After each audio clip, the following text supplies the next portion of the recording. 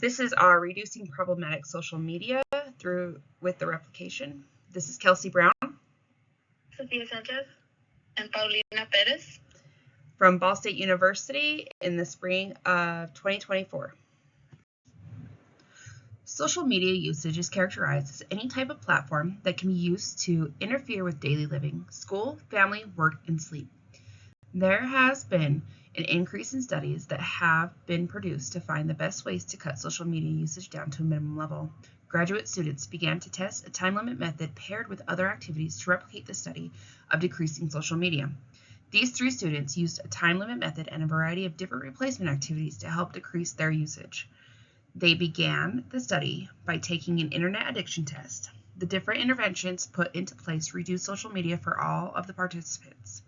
These findings demonstrate how social media can be lessened by setting time limits with other replacement activities in place.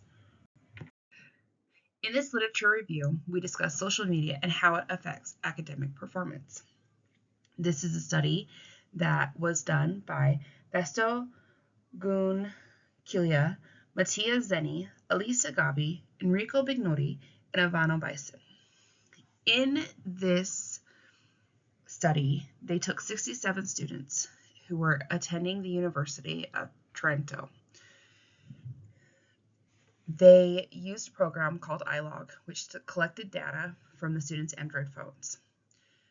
They would produce questions and current locations and activities and whatever the student was up to over a course of so many weeks. Over the first week, they would have the students log about 30 minutes about what they were doing. During the second week, the experiments in the iLog application ran in the background just to collect the data of what social media platforms were being used. With the applications running in the background, they were able to find out what social media usage was being done and how it was affecting the students' coursework. They found that there was a negative correlation between the amount of time on social media and the student's GPA. They also saw that there was a big effect on the course credits that were being obtained and the quality of the studying that was being done. They also found that certain groups of people had a harder time studying because of social media usage. The groups that showed the worst performances were females in humanities and males in scientific fields. What we can gain from this is that social media has a negative impact on academic performance. Next, we wanted to explore what the literature had to say about social media usage and interpersonal relationships. A study conducted by Satish et al. 2021 explored the relationship between social media addiction, distress, and relationship satisfaction. In their study, they had a total of 334 participants between the ages of 18 and 29. They were all attending college, and the requirement to be in the study was that they had to be in a romantic relationship. To measure each variable, they used 5-point Likert scales. To test relationship satisfaction, they had a relationship assessment scale. To test social media addiction, they had the social media disorder scale. And to test distress levels, they had the depression, anxiety, and stress scale. They used a Pearson's correlation to uncover the relationships between all the variables. They found in their study a couple of significant correlations, one being a positive correlation between social media usage and distress, such as depression, anxiety, and stress. And they found a negative correlation between social media usage and relationship satisfaction, meaning the more that you're on social media, the less satisfied you are in your relationship. In addition to romantic relationships, we also wanted to explore the possible effects of social media use on other types of relationships, such as friendships and relationships with family members. Cohort et al. Takes a deeper look into the relationship between social media use and other variables in college students' lives, such as learning, social interactions, and sleep. In their study, they had a total of 300 participants ages 17 through 29. Although social media use was not a requirement, 97% of the participants did have social media. Participants were required to answer an interview-like questionnaire that consisted of questions about their age, time spent on the internet using social media, their most frequently visited social networking sites, sleep duration, and purpose for using social media. Examples of this would be using social media to chat with others or to pass time. They also had questions about their perceived relationships with family members and friends offline. The results revealed that 57% of participants spent an average of 6 hours on social media, and that 74% of participants reported spending their free time on social media. The study also revealed that 57% of participants reported being addicted to social media, while 59% of participants reported having a hard time with face-to-face interactions and feeling a strain in their in-person relationships. Finally, when it comes to the use of social media, 11% of the participants reported using social media for academic purposes, 35% reported using social media to chat with others, and 43% of participants reported using social media to pass time. Finally, we looked into the effects of social media on mental health. Lin et al. Conducted a cross-sectional study that looked into the correlation between social media usage and mental health. The article uses the term problematic social media usage to reference the cause of increased psychological distress and poor mental health. There is no consensus on the amount of social media usage that is considered to be problematic. Simply, once the mental health is affected, it is problematic for that individual. The current study consisted of 1,073 Iranian adults who took multiple Likert scales to gauge the levels of social media usage and addiction, perceived social reports, levels of anxiety and depression, and happiness and mental quality of life, which the article refers to as keys to good mental health. The study found a negative correlation between social media usage and mental quality of life and happiness, and a positive correlation between social media usage and anxiety and depression.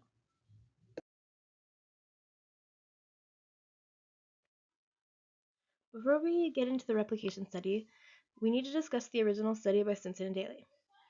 In this study, 9 college students were recruited via Facebook groups that were affiliated with university undergraduate students. Each student scored between a mild and severe on the internet addiction test and were between the ages of 18 and 32. The study used a multiple baseline design in which participants were divided into 3 cohorts, which each started the study simultaneously. Once participants were recruited and walked through how to navigate the screen time monitoring applications on their phone and computers, they were ready to start their baseline. Baseline consisted of participants using social media as they normally would, sending daily screenshots of their usage to the researchers via text message. Participants received $1 per day per screenshot and were given a replacement behavior study to help suggest replacement activities once the time limits were in place to help them avoid social media use. Intervention phase consisted of participants choosing a time limit based on the amount of use they saw during baseline. Participants chose 3 replacement activities to help keep them off of social media, although they were free to fill their time as they liked. Participants sent screenshots of their previous day's usage to the researchers and were compensated $6 if they stayed under the limit and $1 if they went over. This is the social media reduction results from the original study. In the first picture, you can see 6 of the 9 participants and you can tell that they do not have any correlation with app limits or baseline. Their data is pretty all over the place. There was no consistency.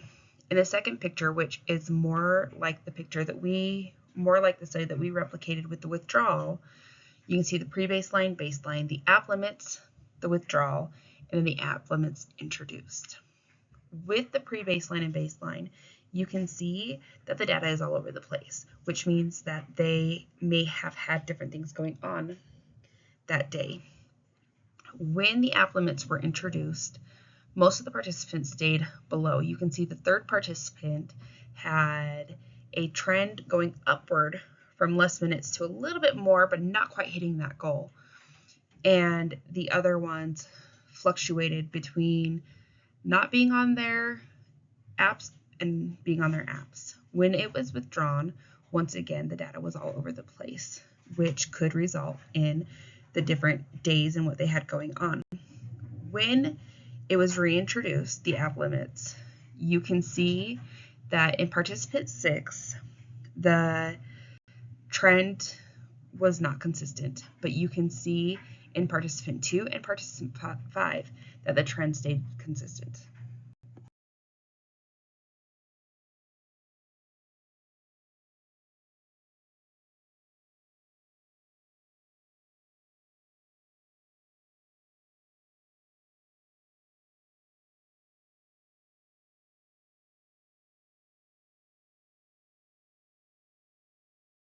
Now we will look at our replication of the Stinson and Dalry study, starting with participants, setting, materials, and design. We had a total of 3 participants, all female graduate level students, ages 28 through 35. All of the participants worked full-time and 1 participant had children. For setting, we had 2 participants living in California and 1 living in Utah. Meetings were conducted through Google Meet and daily check-ins were conducted via text messaging. For materials, we needed a computer for data analysis and meetings, and phones equipped with text messaging, social media accessibility, and screen monitoring applications that would track social media duration throughout a 24-hour period and had a time limit function. The design for our study was multiple baseline across 3 participants with withdrawal design, meaning all participants went through a baseline phase, intervention phase, return to baseline, and return to intervention. Next, we will look at measurement, independent and dependent variables. Measurement of social media use was counted using duration in minutes on social media platforms. The social media platforms were TikTok, Facebook, and Instagram. The independent variable was the enforcement of time limits on each participant's smartphone, and the dependent variable was the amount of time spent across different social media platforms. Our study used a multiple baseline design consisting of 4 phases. The first baseline consisted of each participant using their smartphones with social media accessibility, screen time recording applications to monitor their normal daily usage of social media. Each participant stayed in baseline while waiting for the treatment design to be approved by our professor. During this time, each participant participated in an internet addiction study and also chose replacement activities to help keep them off of social media when intervention phase was conducted. Once our design was approved, the first participant entered the intervention phase. Once a time limit was chosen, each participant chose their own time limits based on the data collected during baseline. Once the first participant saw 3 days of consecutive data below the time limit, participant 2 entered the intervention phase, while participant 3 stayed in baseline. Once participant 2 saw 3 days of consecutive data below the time limit, participant 3 began the intervention phase. All participants stayed in the intervention phase until all participants had 1 week of data, and then all participants went back to baseline on the same day. Because of time restrictions for the study, participant 1 only saw 4 days of return to baseline with 2 data points overlapping between the return to baseline phase and intervention phases. This is due to family obligation. Participant 2 saw 1 overlapping data point between return to baseline phase and intervention phases, also due to family obligation. In order to show that this was an outlier, 2 more data points were conducted to show that the level was consistent even with the outlier. Participant 3 saw the longest return to baseline phase due to 3 outliers when she was sick. We see a return to normal usage once she begins to feel better, and once 5 data points of consistent usage compared to the first baseline phase, she returns to the intervention phase. When looking at all 3 participants' intervention phases compared to baseline phases, we see a functional relationship between the use of time limits and the amount of time spent on social media. For treatment fidelity, we chose to do 10 check-in days, and we chose the days based on when each participant would change phases. That way, we knew each participant was following the procedural steps for every change. We had high treatment fidelity in each phase because we had daily check-ins via text messages outside of our treatment fidelity check-ins for when participants had questions on what needed to be done during each phase.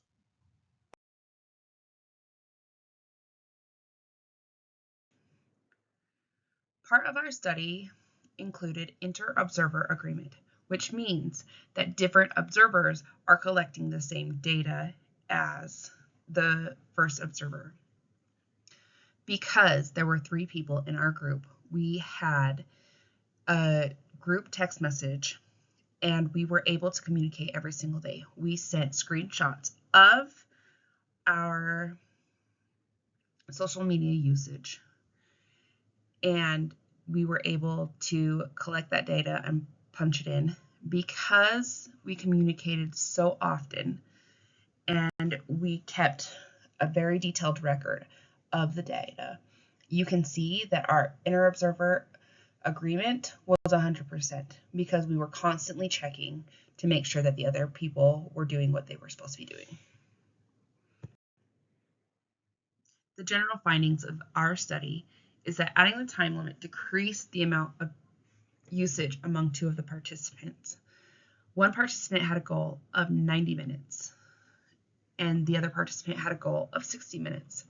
Upon discussion, both participants decided that the stress of possibly reaching that goal was what deterred them from being on social media too often. Another participant set a goal of 45 minutes and would often meet that goal because of downtime or other outside factors. All of the participants noticed an increase in their relationships between family and friends and work, and they noticed that it was a positive correlation from the decrease of social media usage to the personal relationships getting better.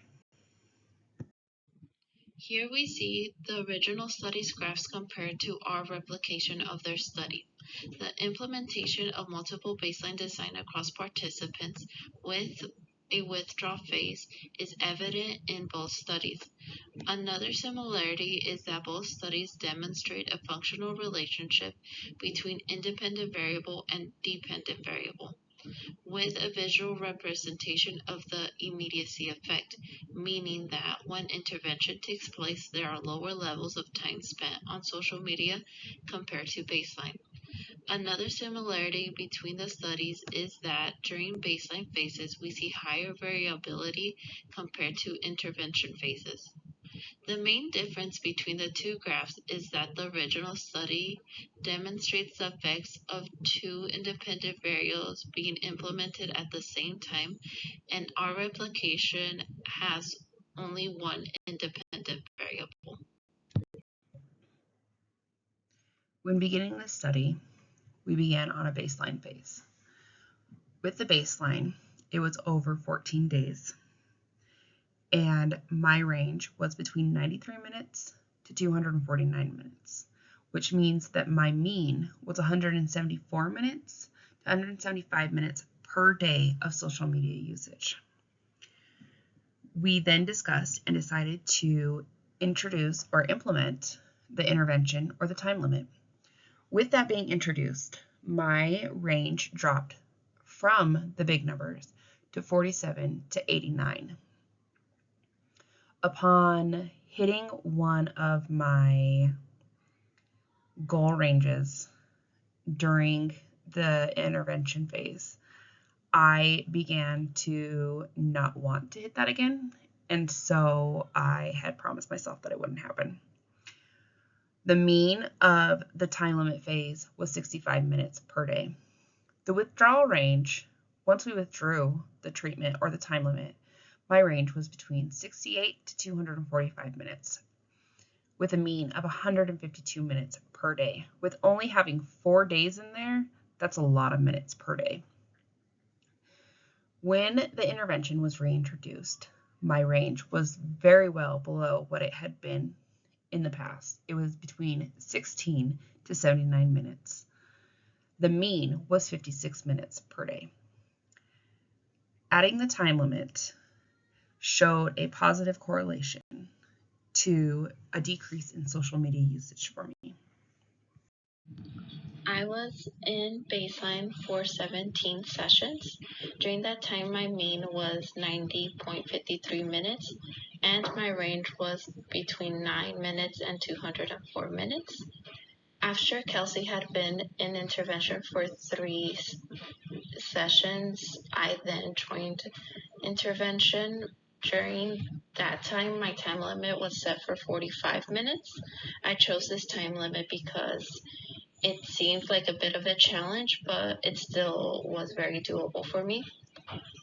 During this time, my mean was 35 minutes. My treatment range was between 8 minutes to 45 minutes.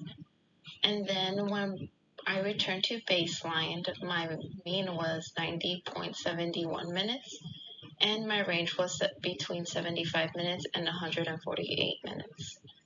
Once time limit was reintroduced, my mean was 41.81 minutes, and my range was between 19 to 45 minutes.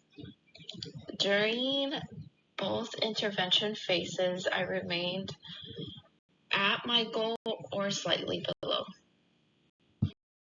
In our original baseline, I saw a huge variability from 70 minutes to 286 minutes per day. My mean for the original baseline was 153 minutes. In the original intervention phase, I saw a lot less variability from 7 minutes to 34 minutes per day, with the mean being 19 minutes. Again, return to baseline, I saw huge variability due to being sick or having a lot more free time during those days, from 0 minutes per day to 293 minutes per day, with the mean being 93 minutes during our return to baseline. In our second intervention phase, I saw again a lot less variability between 14 minutes and 38 minutes per day, with the mean being 30 minutes per day. So now we're going to discuss the pretest, the replacement activities, and the outliers. What did you guys think of the internet addiction test? I originally thought that my score was going to be a lot higher since I do spend a lot of time on my phone, but I was happy with my results. I also was pretty happy with my results. I scored fairly low on the test, and I really liked how simple the test was. I agree. The test was so simple. It was easy to get done. What were some of the planned replacement activities? I know we said that we were going to spend a lot more time studying. Okay. Yeah, we also said that we were going to include movement, which didn't really get done for us. Okay. So what about the baseline outliers? Can you guys explain any? Like for me, I had one where it wasn't too crazy, but I had given my kids my phone for a couple of minutes while we were at a basketball game. I don't think I had any outliers in the original baseline, but I did see a few in the return to baseline when I was sick. Okay. Paulina, any for you? Yeah, I had a couple, and it was mostly having people over at my house that contributed to me not being on social media as much. Okay. So this is our internet addiction test. As you can see, my scores went from 69 to about 15, which was a huge jump. Paulina, do you want to discuss yours? Yes, mine stayed fairly the same. They did get a little lower. My scores were already pretty low, so it makes sense that they would stay about the same. Okay. Sophia? Yeah, my score actually got cut almost in half, which I did notice after we finished the intervention that I'm not spending as much time on my phone, so the score does reflect that. I agree with that. Now we're going to discuss the review of our general findings. What was the thought of implementing the time limit and the replacement activities? I thought that I would use more of the time that I had, but every time I tried to open my social media apps, I got scared that I was going to go over on my time limit, so I just spent as much time away from my phone as possible. Me too, Sophia. I was really paranoid about that. Same for me. I would hit my time limit pretty fast since it was only 45 minutes. So after I had reached it, that's when I would implement my RA of like doing other things like studying or household duties. Okay, that makes sense. How do you feel like it affected your personal relationships? I will say that my boyfriend said that he liked my personality a little bit more when I was away from my phone. I gave him more attention during date nights, and I wasn't sending him as many like funny TikToks or reels, which he found enjoyable. Paulina? For myself, I would spend the time with people like actually attending to what was going on instead of scrolling through my phone, which was really nice. Yeah, for me, I think that it was a positive correlation as well. My kids mentioned that they liked that I was not so grumpy from being on social media. How did it affect school and work participation? I don't think it affected school as much as I wanted it to. I was hoping to spend a lot more of my free time increasing my studies, but it went to sleeping more, actually. As far as work, I will say that I spent more of my time socializing during like lunch and breaks now that I'm away from my phone. Okay. And for myself, I feel like it did positively affect school. Like I was doing more reading since I couldn't be on my phone as much. And work wasn't really affected for me since we aren't allowed to use our phones during work time. See, and I was kind of a mix between the both of you. Like, I feel like I studied more, but I also was able to give more when I'd go into work. So now we're going to discuss the post-test, the replacement activities, and the outliers. What did you guys think about the post-test? We had kind of talked about that, but just give us another small rundown of what you guys thought about your post-test results. I've seen a pretty good gap between my pre-test and my post-test, which I will say that I do still feel that gap of not being as addicted to my phone, not being on my computer as much, except for like school and studies. Yeah. And I'm happy that my results didn't skyrocket for some reason, so they stayed pretty consistent, which is really great. I was really happy that mine dropped. Like I said, my kids were really happy too. What activities were used as the replacement activities since we didn't really follow our own guidelines? I did use a lot of the extra free time, like I said, to sleep. Towards the beginning of the study, I spent a lot of time trying to keep myself busy with like social activities. But as the days went on, I spent it on alternative screen time other than social media, like TV or non-social media apps. Okay, Paulina? And I found myself either doing studying, watching TV, or doing household duties with my replacement activities.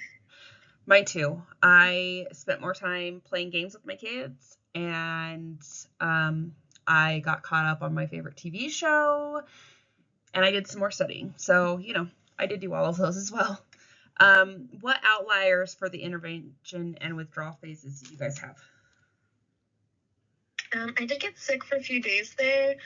So I do have one where I had like no social media use at all since I was in bed pretty much that full 24 hours. But you do see the usage go back up. Like you can see how like there's days I'm getting better. There's like a little bit more use and then like a little bit more and then normal use. So Yeah. And I had one significant outlier during the intervention, and it was on the 31st, which was Easter. So I had a lot of fun holiday-themed celebrations going on that day. Looking at mine, I had a couple of significant outliers during our reintroduction of the intervention. And looking at the dates back on those, it looks like it was a couple of days where I was busy with family, so I didn't have time to get on the social media platforms. Discuss the limitations and what can happen in future research. So in our small cohort, we had started with 5 participants. Do you guys remember that? Yes. Yeah, I remember the first girl dropped out like within days of starting the experiment. That was kind of a hard loss. That was. And then I remember getting it started and like, we're like, okay, we're going to do this and this and this. And we had split up into groups and everything. And then the other girl was like, yeah, I'm done. Bye. Yeah. We had to rewrite our protocol a little bit after that. Yeah. So the other limitation was that we are all students, and there were a lot of other assignments that cut into when we were taking data and things, and so some days we were focused on those. Did you guys have any days like that where you were so focused on other assignments for this class or other classes that you weren't able to be on social media like normal? Oh, absolutely. Yeah. Your daily activities definitely influence the amount of time you're able to get on there. And it did cause some of the outliers that we see. Okay. I agree with the sentiment. Yeah. So another thing that we've discussed is that there was no funding or compensation for us. Besides getting a good grade on this project, hopefully, do you guys wish that there had been some kind of compensation? Yeah, actually, a little extra motivation, reinforcement is never a bad thing. So. That's true. Yeah, totally agree. Okay. So as for future research, we discussed that if there is future research, that funding should be a little bit more established so that the replication can be more consistent, correct? Correct. Yes. Okay. What about the stricter guidelines for the replacement activities? What do you think should have been in place there? I think that we should have chosen replacement activities closer to the things that we naturally do every day instead of things that we were hoping would become habits that we don't typically do. I agree. Yeah, it should serve like a similar function to screen time. Okay. So what about the study being conducted with no classes? Yeah, I thought it would have been a lot easier if we were able to focus more on the study itself without so much interruptions and other priorities going on. We did see some of the phase changes maybe a little wonky, and that would have been able to been fixed if we had more time to focus. I agree. I think that having that time to be able to just focus on the study would have changed a lot of the data. Yeah, I agree. Okay. Here are the references of the studies that were used during our replication so we could have a better understanding of how social media affected different aspects of our lives.